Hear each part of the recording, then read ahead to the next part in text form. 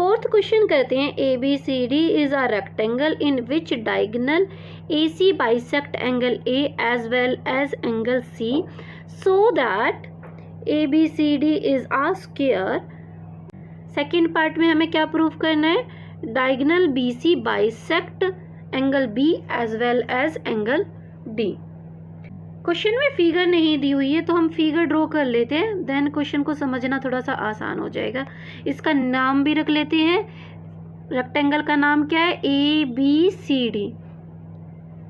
इस तरह से हमने इसका नाम रख दिया। देन डायगोनल की बात हो रखी है, क्वेश्चन में कौन सी डायगोनल पे बात कर रखी है, ए सी, तो हम डायगोनल सिर्फ ए सी ड्रॉ करते हैं। अभी डायगोनल के बारे में बताया है कि ये एंगल ए को और एंगल सी को बाइसेक्ट करती है। ओके, ये हमें रेक्टेंगल दे रखा है, इसको हमें स्क्वायर प्रूफ करना है। इतना तो हमें पता है कि ये वाली साइड इक्वल होती है ये वाली साइड के, रेक्टेंगल में अपोजिट साइड इक्वल होती है।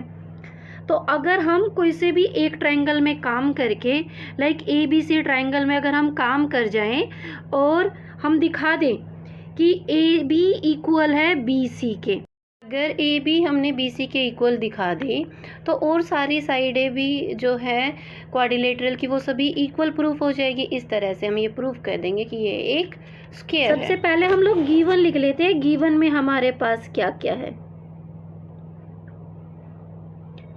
A B equals to D C, opposite side rectangle में इक्वल होती है ना, इसी तरह से B C equals to A D, opposite side rectangle में इक्वल होती है और पैरेलल भी होती है। यहाँ पे एंड करके हम लिखेंगे A B parallel to D C, A B parallel to D C. इसी तरह से यहाँ पे भी हम एंड करके लिखेंगे B C parallel to A D. Then आपको पता है कि रेक्टेंगल के सभी एंगल 90 डिग्री के होते हैं। यहाँ पे हम लिखेंगे angle A equals to angle B equals to angle C equals to angle D. ये सभी कितने के होते हैं, 90 डिग्री के। ओके,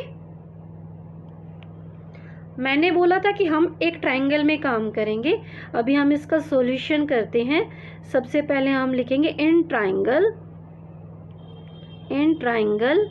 ए बी सी, यहां हमने लिखा कि एंगल ए का हाफ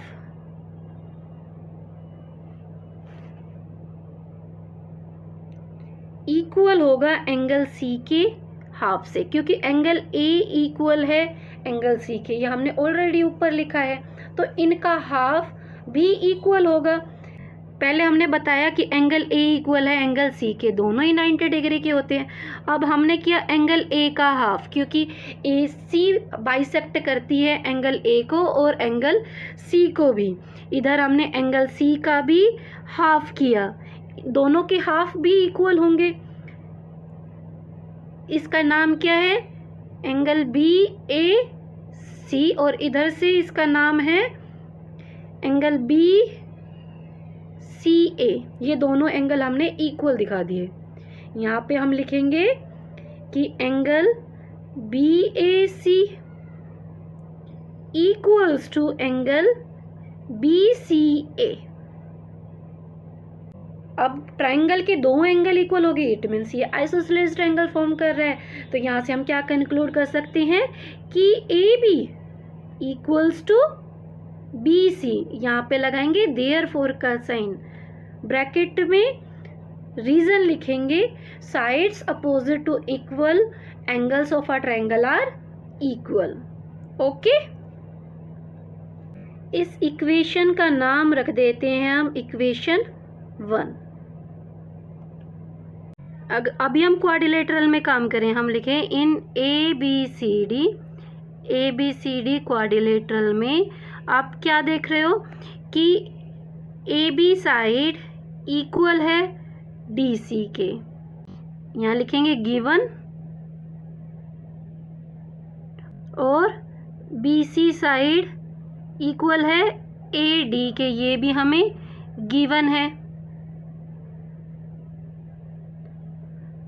अभी हमने प्रूफ किया है कि ए बी इक्वल है बी सी के, ये हमने प्रूफ किया है, इसका हमने नाम डाला था इक्वेशन 1। यहाँ हम लिखेंगे फ्रॉम इक्वेशन 1। यहाँ से हम क्या कंक्लूड करते हैं, देयरफॉर का साइन लगाएंगे और लिखेंगे कि A B equals to B C equals to D C equals to A D. Angles की बात करें तो एंगल्स के बारे में हमें क्या पता है कि एंगल ए, एंगल बी, ये सभी इक्वल है 90 डिग्री के, ये ऑलरेडी गिवन है ना हमें।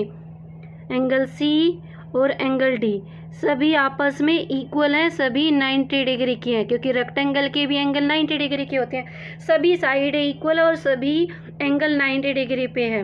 तो हम क्या कह सकते हैं, A B C D is a square, A B C D is a square.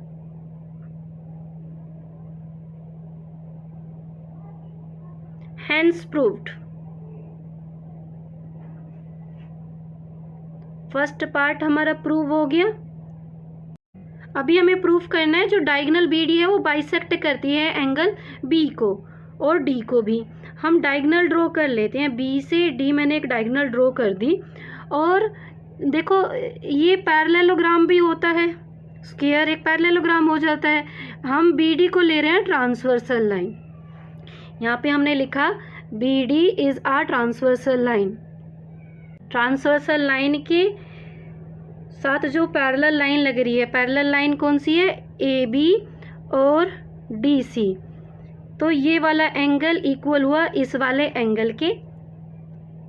इस एंगल का नाम क्या है, angle A B D equals to angle C D B के।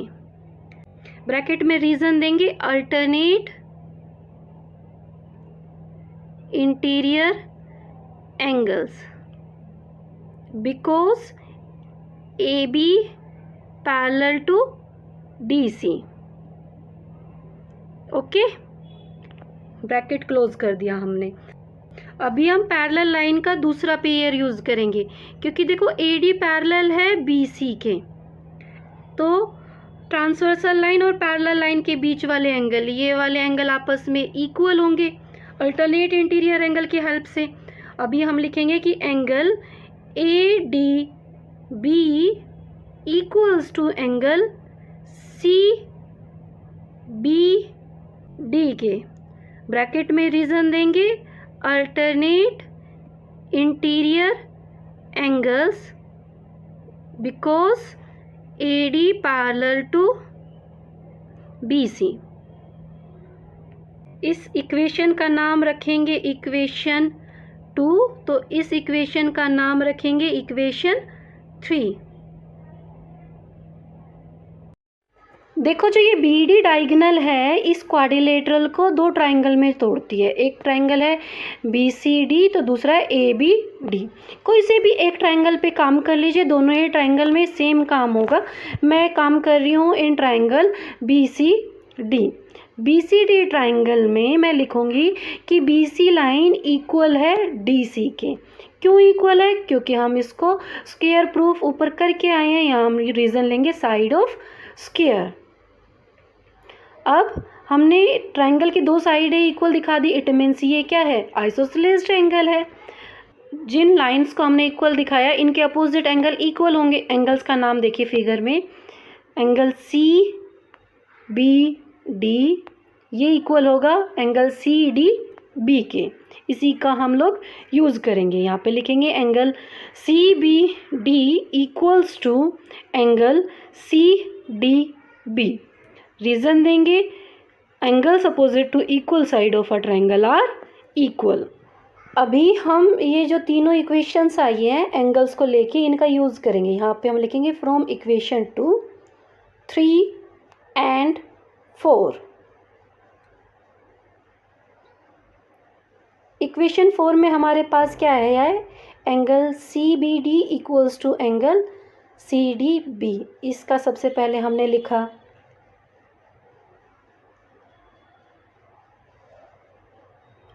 देन उसके बाद आप देखिए angle C D B equation 2 में भी है, ये किसके इक्वल है, एंगल ए बी डी के। यहाँ पे हम लिखेंगे equals to angle A B D. Then उसके बाद एंगल सी बी डी देखिए, ये इक्वेशन 3 में भी है। इक्वेशन 3 में ये किसके इक्वल है, एंगल ए डी बी के इक्वल है।